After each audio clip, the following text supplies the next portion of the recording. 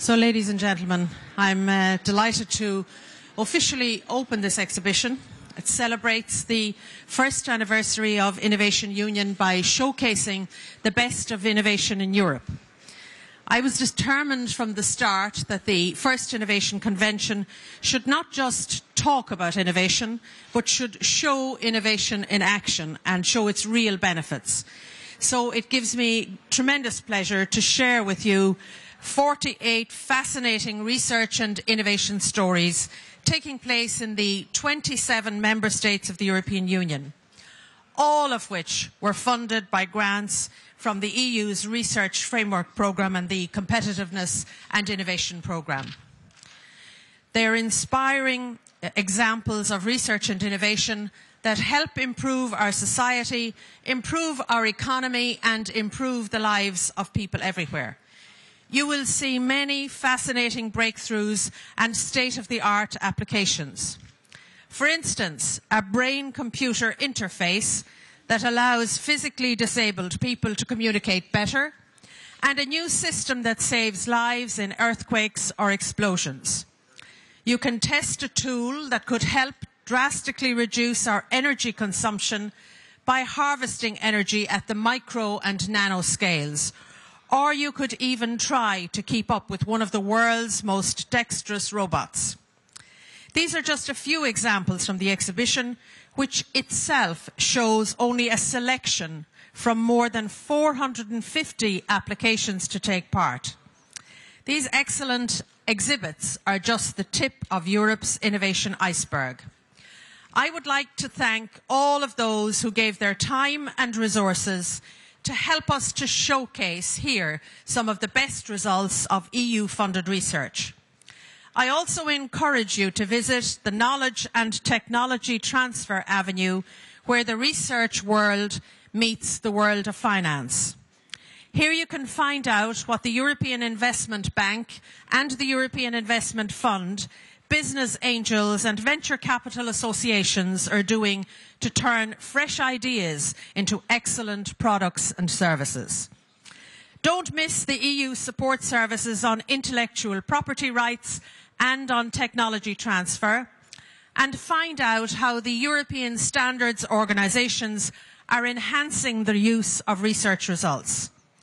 And be sure to visit the Innovation Union stand to get a flavour of some of the key initiatives that we've launched in the framework of the Innovation Union strategy.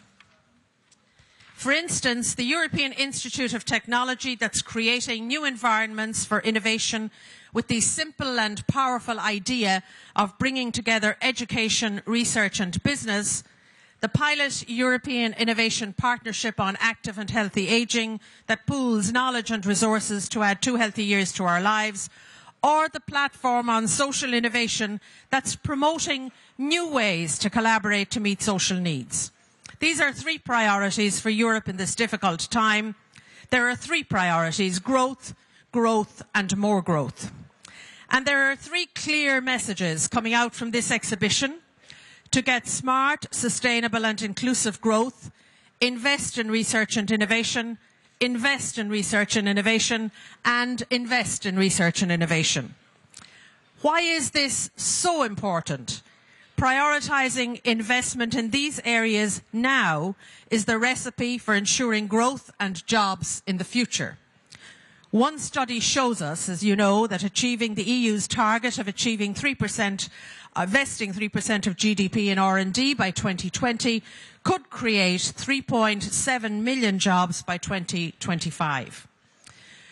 We're leading the way at the European Union level. This year alone, the 7th Framework Programme for Research is investing over €7 billion, and more is to come with the ambitious scope of the European Union's next programme for research and innovation, Horizon 2020, that I launched just last week. Horizon 2020 will make Europe's investment in research and innovation simpler, more efficient and more effective at delivering the big impacts that are needed to sustain growth and to tackle our biggest challenges like climate change, health, energy and food security. Taking simplification as the rule, Horizon 2020 means that for the first time, all European funding for research and innovation will come under one umbrella. The structure will be simple, and we will slash red tape to make it much easier for our researchers and innovators to access funding. Ladies and gentlemen, Europe has to capitalise on its brightest and most innovative ideas. That's what Innovation Union is all about. That's what Horizon 2020 is designed to ensure. And that is what this exhibition inspires all of us to do. Now, let me ask Philippe Maistad to join me here, I suppose, at the back of the table. Because in 2007, as you know, the European Investment Bank and the European Commission jointly created a new lending instrument called the Risk Sharing Finance Facility, or RSFF for short.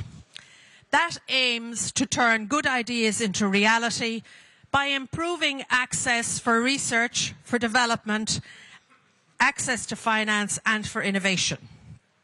The RSFF has already funded many important projects in key areas such as renewable energy, healthcare and the reduction of CO2 emissions. The demand for loans has far exceeded expectations, and the cooperation between the EIB and the Commission has been immensely effective. To take the RSFF forward to the end of 2013 and prepare for the wider use of financial instruments in Horizon 2020, President Maistad and I will today sign an amendment to our cooperation agreement that will do three things. It will give the RSFF more leverage in terms of allocating the funding available. It will enable it to address research infrastructures more effectively. And through the European Investment Fund, it will pilot a scheme for making loans to innovative small and medium-sized enterprises. So before we sign the document, I would like to warmly thank President Maistad and his team for their support, and now can I give him the floor. President Maistad, ladies and gentlemen.